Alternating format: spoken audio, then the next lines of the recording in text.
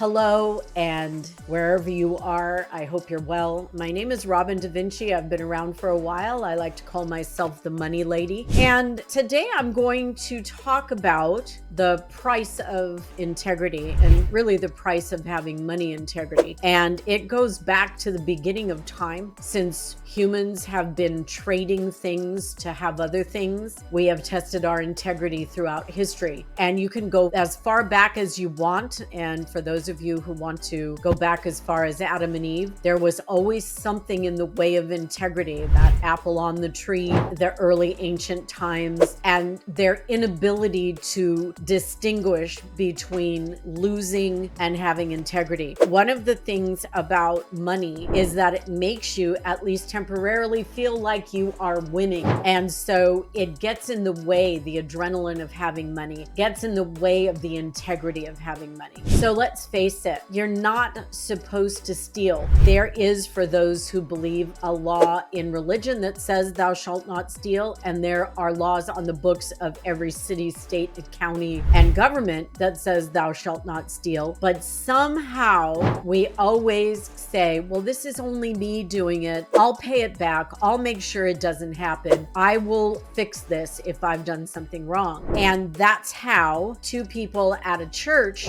ended up stealing more than $800,000 and going to Vegas with it because they had gambling problems, and then felt like, I'll just win the money back, put it back into the church, and no one will notice. This happens everywhere all the time.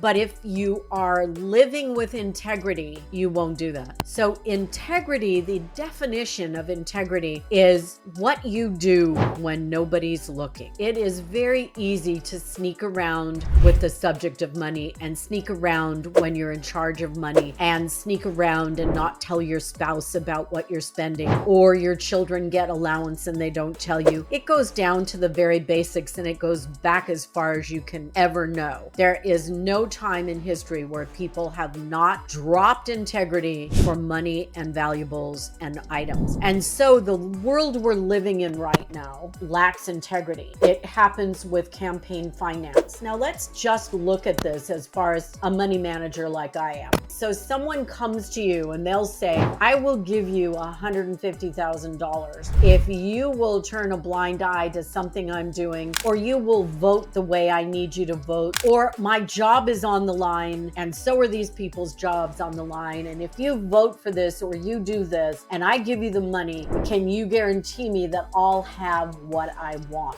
I need that and you need to help me. And you say quickly, oh, in my head, 150,000 would pay off my kids' tuition, or we could pay off that loan on the house, or we can fix the roof. And you come up with all these reasons that you can sell your integrity to do something for someone else that you don't agree with. Remember, integrity is your core belief system and how you behave with your core belief system. Money has always come and ruined people's integrity. If you can be bought, you don't have integrity. Don't be bought. I've heard some people, and people I really admire, say, I don't really have a price. You couldn't buy me to go rob that bank, or to steal that from my company, or go into that store, break the windows and steal merchandise that doesn't belong to me. I grew up poor, and my mom used to say, if you even take a piece of candy that doesn't belong to you, that you didn't earn, that isn't yours, you are not in integrity.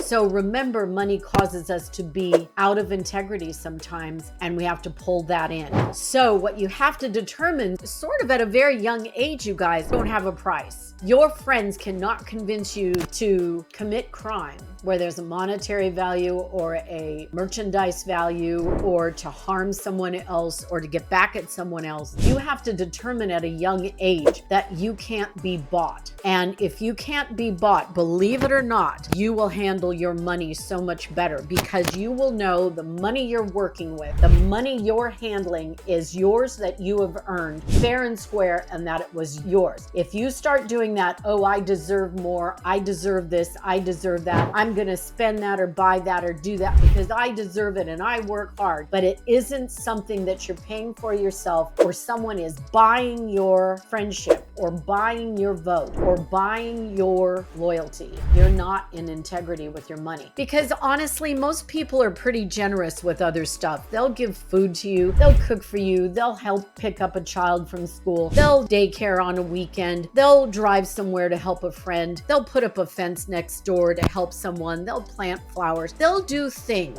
that, yes, cost money, but aren't really looked at as money. But when you get a payoff, when you get a payout, when you get that, for giving up your integrity on something to get somewhere further with money, to get somewhere further in life based on money, then you're out of integrity. And why you can't convince people that's the wrong thing to do, I really don't know. When I was in church as a child, we talked about integrity all the time. Now, I'm not a churchgoer. I'm not one of those people that does that, but I did get ingrained to me by my mother, who watched every penny she ever earned, and my brother, who was a criminal, truly a criminal with money. I learned very early on that you sacrifice your soul when you are bought and paid for by someone else's deviousness or their criminality. You can't do that. You can't do that. So when I talk about money, I do a lot of things on budgets and taxes and payroll checks, and I'm going to do that again. I'm going to show you how from your paycheck it goes to a W-2 and it goes on a tax return. Totally cool doing that. But if I don't talk to you about the integrity of your money and your integrity of attitude toward money, then none of the other things matter, because you will bastardize every move you make as long as you can be bought and sold. Please don't do that. Please know that's not the way to behave. Please know that your money woes will only get worse if you keep going down the rabbit hole of money. If someone buys you once, they can buy you again. If someone cons you once, they can con you again. If someone makes you do something for them for money, they'll do it again. And it often escalates from something that was a couple $100 to something that's a couple of $1,000 to something that's a couple of $100,000, and now you're in too deep. So remember, integrity starts as a child. Integrity starts as a child not hurting, not stealing, not breaking, not compromising on value.